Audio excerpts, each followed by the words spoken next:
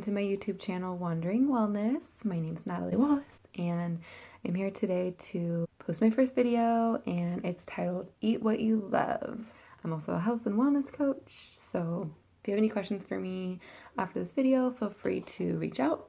You can follow me on Instagram. You can also find me on Facebook. So today I'm going to talk about eating what you love. I'm going to try to keep this short and sweet, so I'm going to break it down into 7 tips for how to eat what you love and still be eating healthy. So eating healthy is really a lifestyle change, which is why diets don't work, because people think I'm just going to go on this diet for 2 weeks and then I'll be fit and healthy.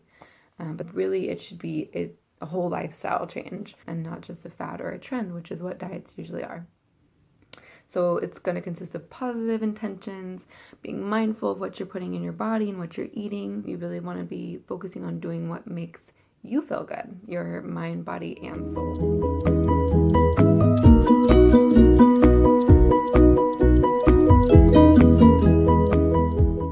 Number 1, you don't have to be a professional chef. Don't have any ideas, you don't really know where to start or what to eat, that's fine. And I'm the same way, and I went to school for nutrition. Sometimes I can't think of what to make for dinner. Pinterest, Google, Instagram, there's all these platforms that you have available to you. Use them. You don't have to eat super elaborate, beautiful, creative meals every day of the week. You can find something that you like that works for you, like a Buddha bowl, for example. Let's say you love some sauteed collard greens and some sweet potato and some zucchini and some beans, and that's like your go-to.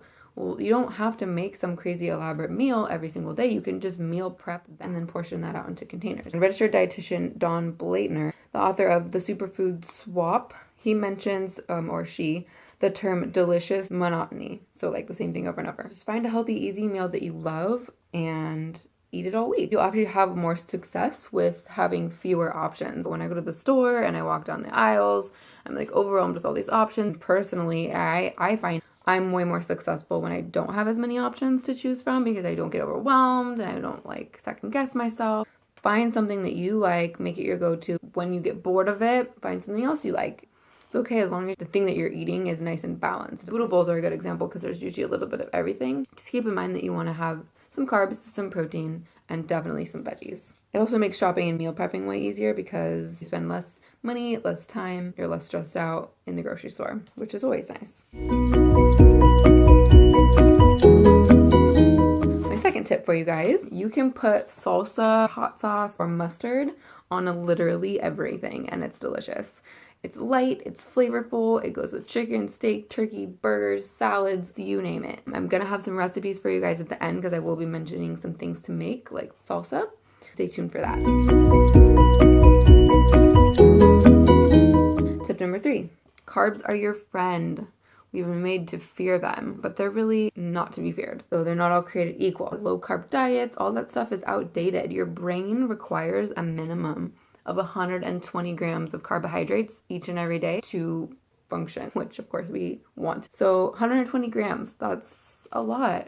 Complex carbs are actually going to help curb cravings, and they're going to increase satiety. They're going to be digested a lot slower in the system and absorbed a lot slower. So you're not going to have this crazy insulin spike and then this crash, which you would have with a refined carbohydrate. Carbs are your friend. Eat more carbs. Plus, you're going to mentally be satisfied. Like, you're not telling yourself, no, you can't have carbs. That messes with your head after a while. Another reason why diets usually fail. Carbs are essential for weight loss. Lots of people think, oh, I can't have carbs, I'm trying to lose weight. To an extent that can work, especially if you're cutting out refined carbs. That definitely will help you lose weight. But you want to be eating complex carbs every single day in every single meal. You just have to know what to be eating. You can always reach out to me if you need some tips.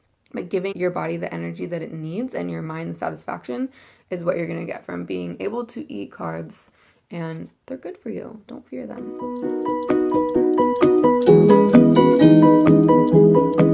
Tip number 4, eat less more times throughout the day.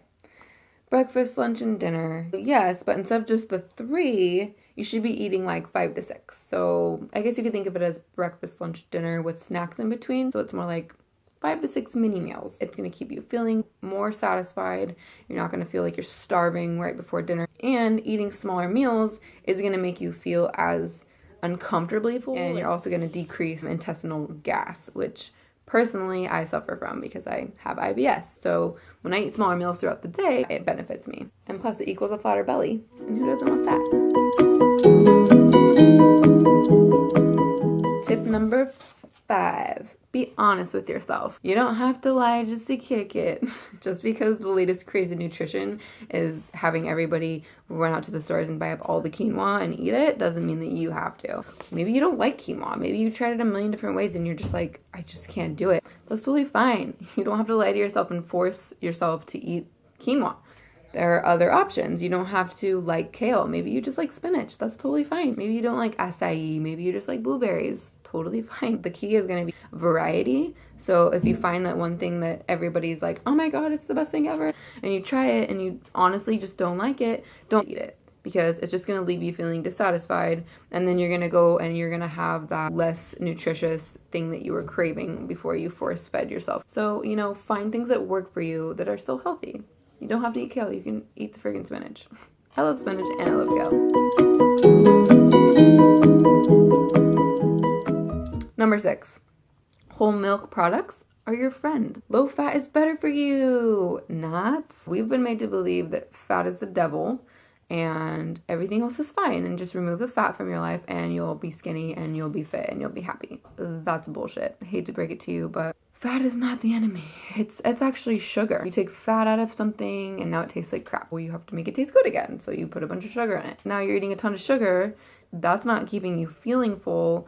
It's not satisfying your hunger. You eat the sugar-filled thing, but it doesn't have any fat. Then you're crashing, about 20, 30 minutes later, and then you're starving again. It's a myth that fat is bad for you. In excess, anything is bad for you. But we actually need fat. We eat it in excess, and we don't eat the right kinds.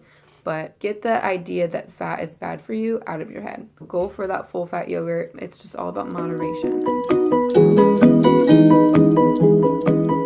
And the last one, number 7, don't compromise desserts. Wellness to me is the soul is happy. The mind, the body, and the soul is what makes us up as human beings. I don't know about you guys, but sometimes I just want to eat something sweet and delicious. You should be able to still enjoy sweet things as a part of a healthy, balanced diet. Don't tell yourself that you can't have them. That whole mentality of can't and labeling things that way, it's really unhealthy and it's going to set you up to fail. However, you should really be making them on your own. So like if you're going out, don't get a piece of chocolate cake after dinner from the restaurant. Go and make a whole cake at your house, and then you'll have a bunch of it. You can give it out to your friends, and you can control what you put in it, which is the best part. The source of sugar, the amount of sugar, the type of fat, the amount of fat, the everything, because you're making it at home. Do you love cake? Well, try a mug cake. I'll post a recipe at the end of the video. Love ice cream? Try nice cream. It's actually one of my favorite things ever. It tastes just like ice cream. It totally satisfies my craving for ice cream when I have a sweet tooth.